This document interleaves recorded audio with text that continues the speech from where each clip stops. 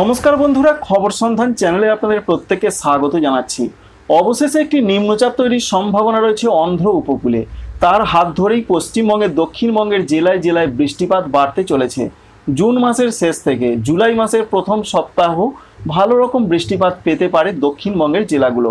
কি কি আপডেট রয়েছে পশ্চিমবঙ্গের, উত্তরবঙ্গে, দক্ষিণবঙ্গে, ভারতবর্ষের 2 থেকে 3টি রাজ্যে তাপপ্রবাহের সম্ভাবনা আজকেও থাকছে, বাংলাদেশের আবহাওয়া পরিস্থিতিতে কেমন আপডেট রয়েছে, সমস্ত কিছুই আপনাদের জানিয়ে দেবো এই ভিডিও থেকে। আপনাদের কাছে অনুরোধ, ভিডিওটি ভালো লাগলে একটি লাইক করবেন, আমাদের চ্যানেলটিকে সাবস্ক্রাইব করে রাখার আপনাদের কাছে রিকোয়েস্ট রইল। আমরা প্রথমেই জেনে নেব পশ্চিমবঙ্গের জেলায় জেলায় কেমন আবহাওয়ার পরিস্থিতি থাকবে আগামী কয়েকদিন আজ থেকে।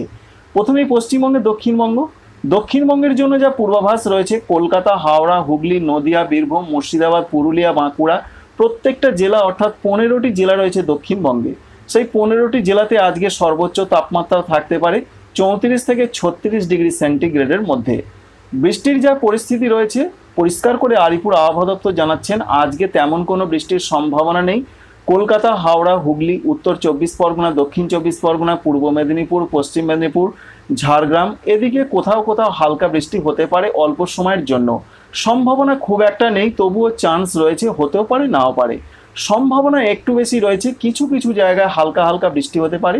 সেই জেলাগুলোর নাম রয়েছে পূর্ব বর্ধমান, পশ্চিম বর্ধমান, বীরভূম, মুর্শিদাবাদ, এছাড়া বাঁকুড়া জেলার দিকে এরকম একটা পূর্বাভাস আজকে রয়েছে। আগামীকাল 26 তারিখ থেকে বলা হয়েছে বৃষ্টিপাতের সম্ভাবনা একটু বাড়তে পারে, তবে বিরাট কোনো বৃষ্টি কিন্তু নয়। 27 তারিখে দক্ষিণবঙ্গের প্রত্যেকটা জেলা হালকা মাঝারি বৃষ্টিপাত পেতে পারে, এমন একটা সম্ভাবনা রয়েছে। কলকাতা, হাওড়া, হুগলি, উত্তর 24 পরগনা, দক্ষিণ 24 পরগনা, পূর্ব মেদিনীপুর, পশ্চিম মেদিনীপুর, ঝাড়গ্রাম, বাঁকুড়া, পুরুলিয়া, পূর্ব বর্ধমান, পশ্চিম বর্ধমান, নদিয়া, বীরভূম, মুর্শিদাবাদ, এই জেলাগুলোর প্রত্যেক জায়গায় 27 জুন তারিখে কিছুটা বৃষ্টি হতে পারে। বজ্রবিদ্যুৎ সহযোগে 30 থেকে 40 কিলোমিটার বেগে কোনো কোনো এলাকার ওপর দিয়ে ঝোড়ো হাওয়া দিতে পারে, সঙ্গে হালকা মাঝারি বৃষ্টি। ব্যাপক বৃষ্টি নয়, তবে 2-1 জায়গায় একটু মাঝারি ভারী চান্সও রয়েছে। 28 তারিখের দিকের যে আপডেট, আবার হালকা হালকা বৃষ্টি হতে পারে। তবে তার আগে বলে দিই আপনাদের, 27 তারিখ অর্থাৎ 27 জুন তারিখের দিকে বিশাখাপত্তনম সংলগ্ন জায়গার দিকে একটি নিম্নচাপ দাঁড়া বাঁধতে পারে। সেই নিম্নচাপ প্রচণ্ড শক্তিশালী হবে না, তবুও তার জন্য দক্ষিণ পশ্চিম মৌসুমি বায়ু পশ্চিমবঙ্গ, উড়িষ্যা, ঝাড়খণ্ড, এছাড়া অন্ধ্রপ্রদেশের দিকে বেশ কিছুটা সক্রিয় হতে পারে, যার জন্য দমকা ঝোড়ো হাওয়া বইবে 24 পরগনা, কলকাতা, হাওড়া, হুগলি, নদিয়া, পূর্ব বর্ধমান, বাঁকুড়া, এই জেলাগুলোর দিকে 20 থেকে 35 কিলোমিটার গতিবেগে ঝোড়ো হাওয়া থাকবে। সেই সম্ভাবনা রয়েছে 28 বা 29 জুন তারিখ থেকে একেবারে জুলাই মাসের 2 বা 3 তারিখ পর্যন্ত। আর এই জলীয় বাষ্প ঢুকবে, বর্ষা সক্রিয় হবে, যার জন্য প্রধানত 29 জুন তারিখ থেকে দক্ষিণবঙ্গে বৃষ্টিপাত আস্তে আস্তে বাড়তে পারে বা ফিরতে পারে। প্রত্যেকটা জেলার দিকেই, উপকূলবর্তী জেলাগুলোর দিকে একটু মাঝারি থেকে মাঝারি ভারী বৃষ্টি হতে পারে। সম্ভাবনা রয়েছে 30 জুন, জুলাই মাসের 1 তারিখ, 3 তারিখের দিকে বেশ কিছুটা বৃষ্টি আসছে, এবং কৃষক বন্ধুদের অবশ্যই এই বৃষ্টি উপকারে লাগবে। তবে বন্যার মতন বৃষ্টি, উত্তরবঙ্গের মতন বৃষ্টির সম্ভাবনা পূর্বাভাস দক্ষিণবঙ্গে এখনও নেই। বেশ কিছুটা বৃষ্টি জুন মাসের শেষ থেকে জুলাই মাসের প্রথম সপ্তাহে আসতে চলেছে নিম্নচাপের হাত ধরে। বর্ষা কত দূর এলো? বর্ষা যে জায়গায় প্রবেশ করে দাঁড়িয়েছিল সেখানেই থমকে রয়েছে পশ্চিমবঙ্গের দক্ষিণবঙ্গে। 24 পরগনা, সঙ্গে রয়েছে পূর্ব বর্ধমান, নদিয়া, মুর্শিদাবাদ, এছাড়া সংলগ্ন কিছু কিছু জেলার খুবই কম জায়গায় বর্ষা প্রবেশ করেছে। তবে আশা করা হচ্ছে যে জুলাই মাসের 3 তারিখের মধ্যে যেভাবে বৃষ্টির সম্ভাবনা রয়েছে, একটি সিস্টেম আসছে, তার হাত ধরে সারা দক্ষিণবঙ্গের প্রত্যেকটা জেলা এবং ঝাড়খণ্ডে বর্ষা প্রবেশ করার একটা প্রচণ্ড চান্স বা সম্ভাবনা রয়েছে। ঝাড়খণ্ডের দিকের যা পূর্বাভাস রয়েছে, ঝাড়খণ্ডের দিকেও বৃষ্টিপাত বাড়তে চলেছে।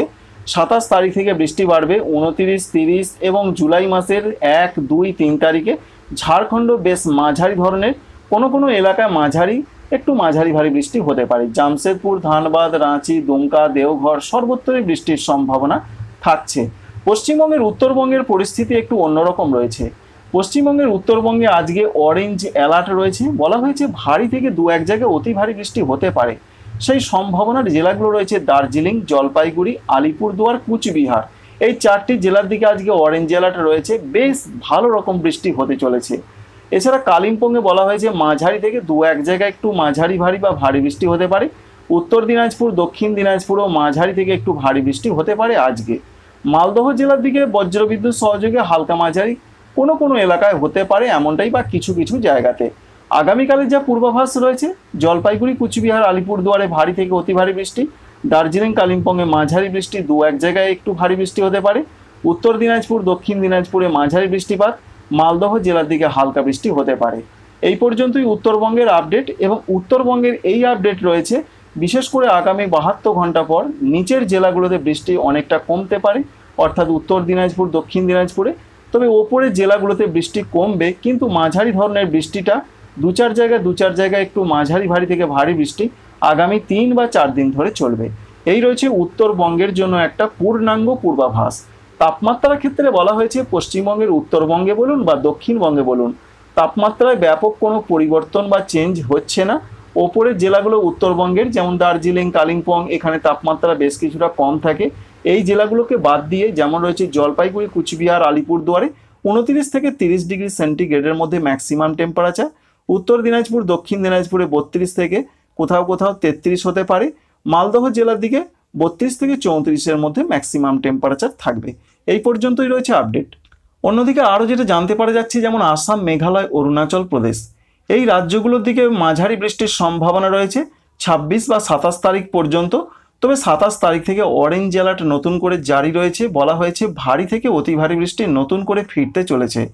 আসামের গোয়ালপাড়া, গুয়াহাটি, দিসপুর, জোরহাট, এছাড়া বরপেটা প্রত্যেকটা জায়গাতেই আবারও প্রচণ্ড বৃষ্টি আসছে 27 বা 28 জুন তারিখ থেকে।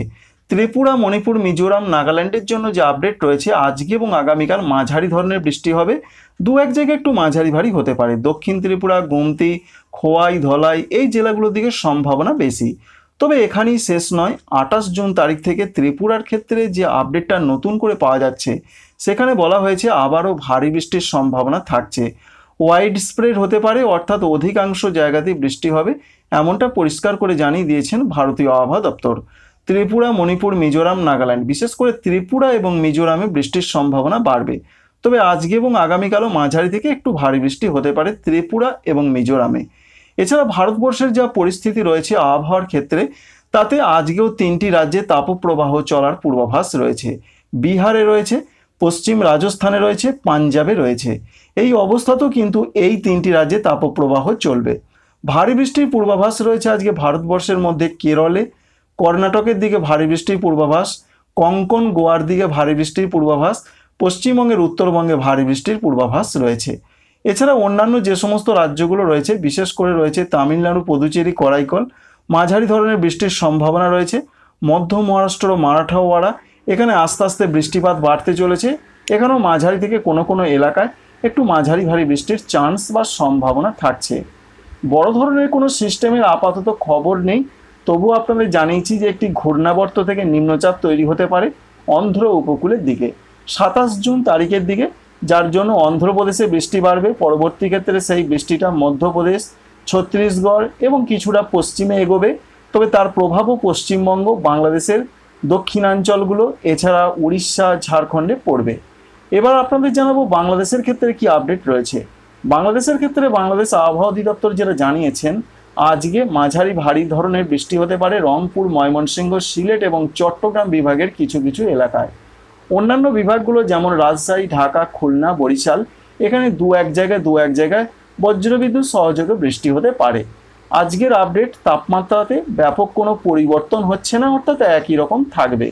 আগামীকালে যে পূর্বাভাস অধিদপ্তর দিচ্ছেন, তারা বলছেন রংপুর, সঙ্গে রয়েছে ময়মনসিংহ, সিলেট, এখানে অধিকাংশ জায়গায় বৃষ্টি হবে। কোনো কোনো এলাকায় মাঝারি থেকে একটু মাঝারি ভারী বৃষ্টি হতে পারে। অন্যান্য এখনও যে বিভাগ রয়েছে, রাজশাহী, ঢাকা, চট্টগ্রামের অনেক জায়গায় বৃষ্টি হবে আগামীকাল। সঙ্গে কোনো কোনো জায়গায় বজ্রবিদ্যুৎ সহযোগে দমকা ঝোড়ো হাওয়ার সঙ্গে বৃষ্টিপাতের একটা নতুন করে সম্ভাবনা থাকছে। এছাড়া আগামীকাল খুলনা, বরিশাল বিভাগের কিছু কিছু জায়গায় বজ্রবিদ্যুৎ সহযোগে বৃষ্টি হতে পারে।